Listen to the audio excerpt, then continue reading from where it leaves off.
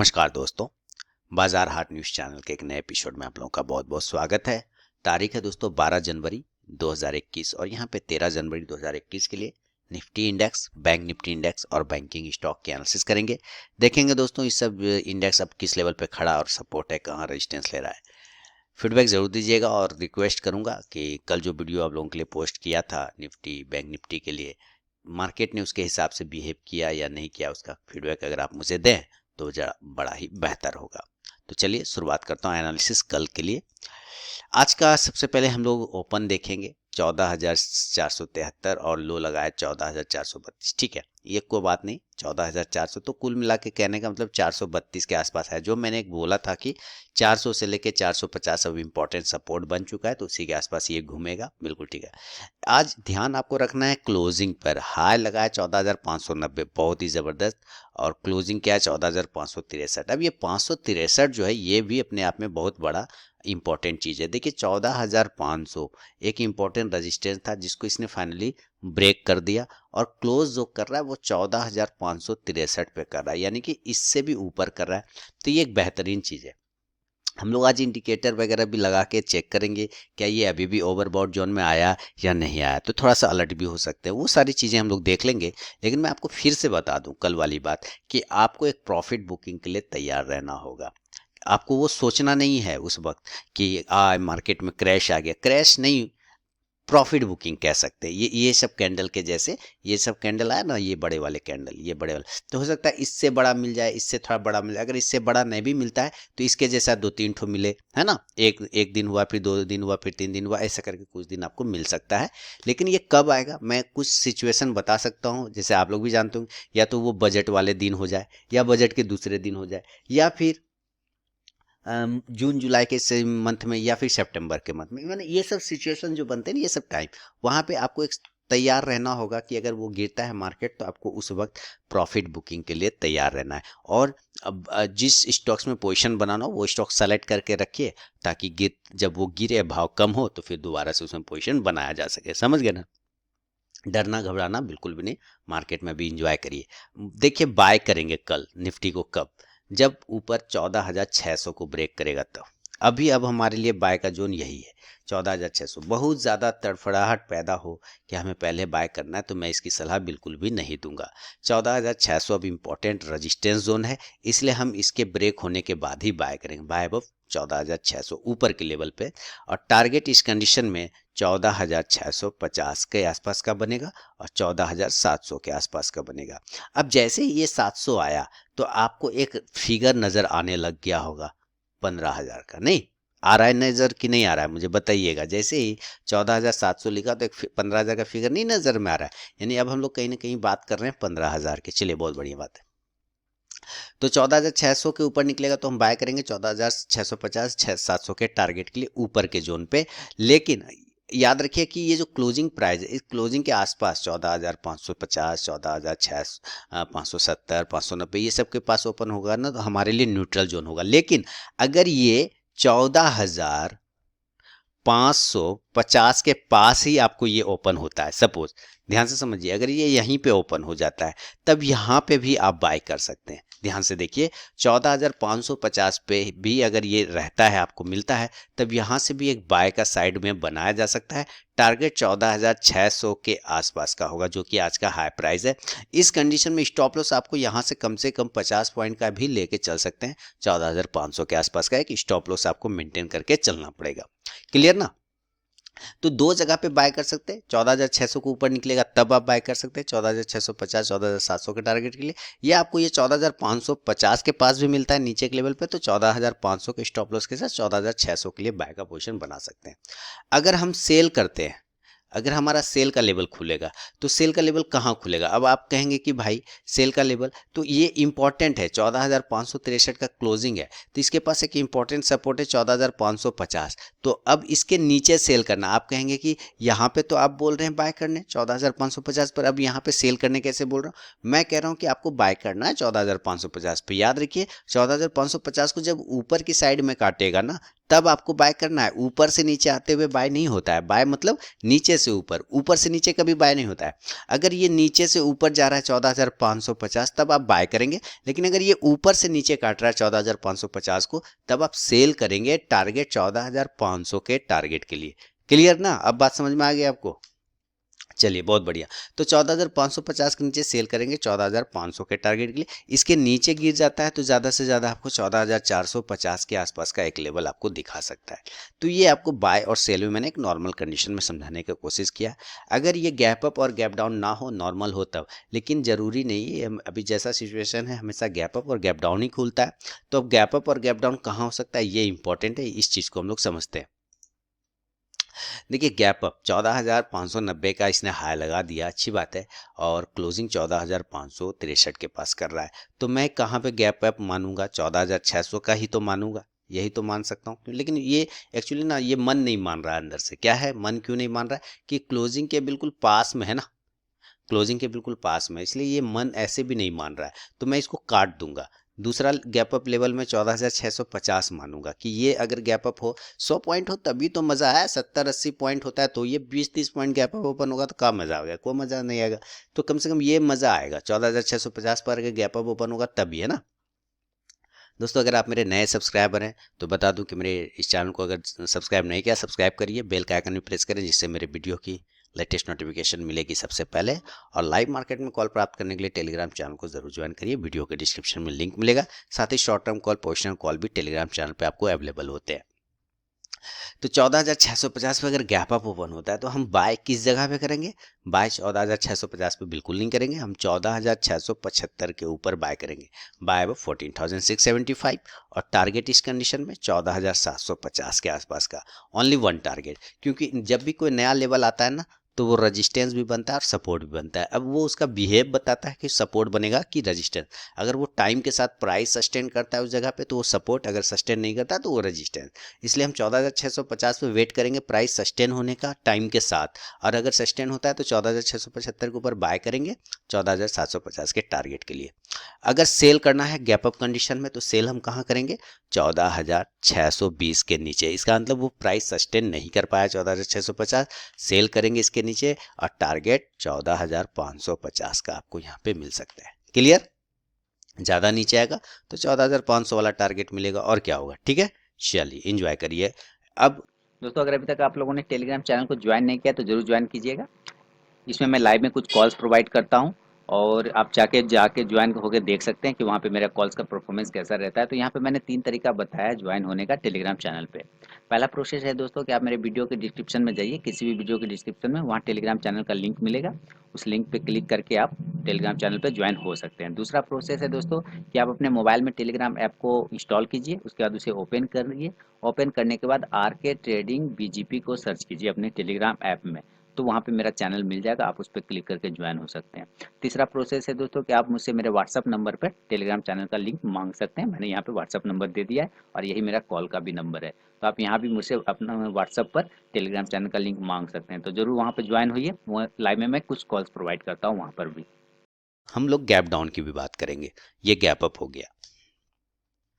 चलिए gap down की बात करते हैं। गैप डाउन दोस्तों मैं इसी वीडियो में बैंकिंग स्टॉक्स के भी एनालिसिस करता हूं और बैंक निफ्टी की भी, तो ज़रा वीडियो बड़ी बनती है।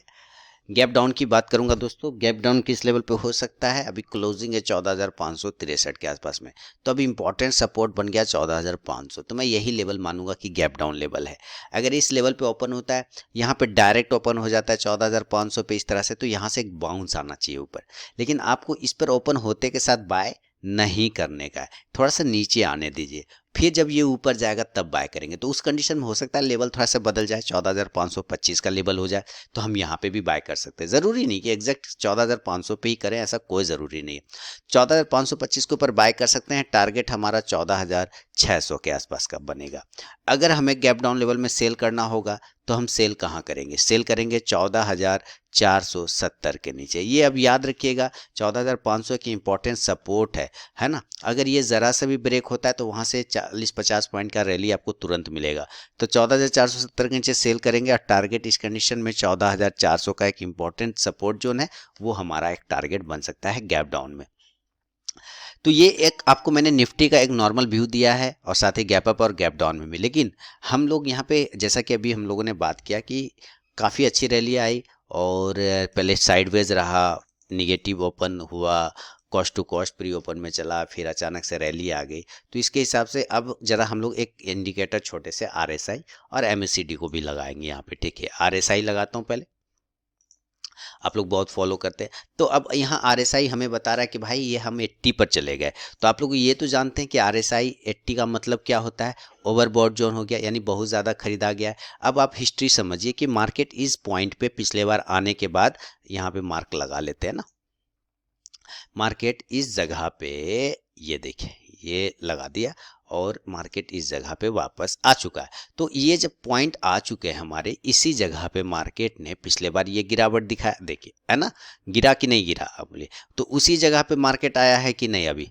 RSI आ चुका है। तो यहाँ पे चांसेस बन सकते हैं प्रॉफिट बुकिंग की कि नहीं, प्रॉफिट बुकिंग का चांस बन सकता है PB का, तो कहेंगे हाँ। तो आप थोड़ा सा अलर्ट हो जाइए ना, कोई टेंशन नहीं है ना, अलर्ट होके बैठिए। और मैं ये नहीं कह रहा हूँ कि यहाँ से क्रैश हो सकता है, मैं कहता हूँ प्रॉफिट बुकिंग आ सकती है। क्योंकि डेली के टाइम फ्रेम पे जैसे आप देख रहे हैं ना RSI, मेरे ख्याल से ये वीकली पे भी, जरा हम लोग वीकली चेक करें क्या, चलिए हम लोग वीकली देखते हैं। देखिए वीकली भी ऑलरेडी 80 के पास है, यानी कि हमारा दोनों ही टाइम फ्रेम पे ये ओवरबॉट में बता रहा है। तो कहीं ना कहीं थोड़ी सी आपको गिरावट ये प्रॉफिट बुकिंग दिखा सकता है। सारे टाइम फ्रेम पे अब धीरे धीरे ये ओवरबॉट जोन में जा रहा है।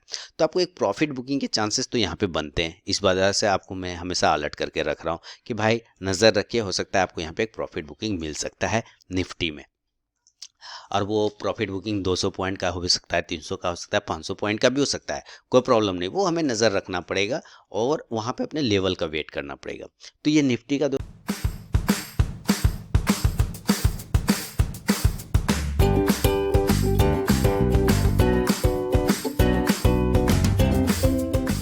व्यू है। अब चलिए जरा हम लोग बैंक निफ्टी को लगाते हैं कि बैंक निफ्टी अब क्या कर रहा है।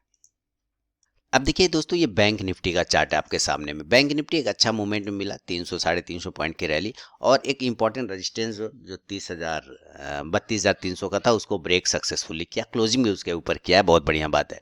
अब हमें ये ध्यान रखना है कि कल हमें बैंक निफ्टी में अगर बाय करना है तो किस लेवल पे।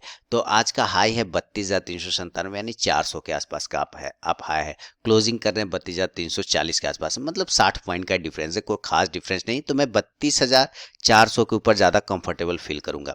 32,400 के ऊपर अगर ये निकलेगा तो एक अच्छा बाय का पोजीशन बनेगा। 32,650 के टारगेट के लिए यहाँ पे बाय साइड में जाया जा सकता है। This is target 32,650।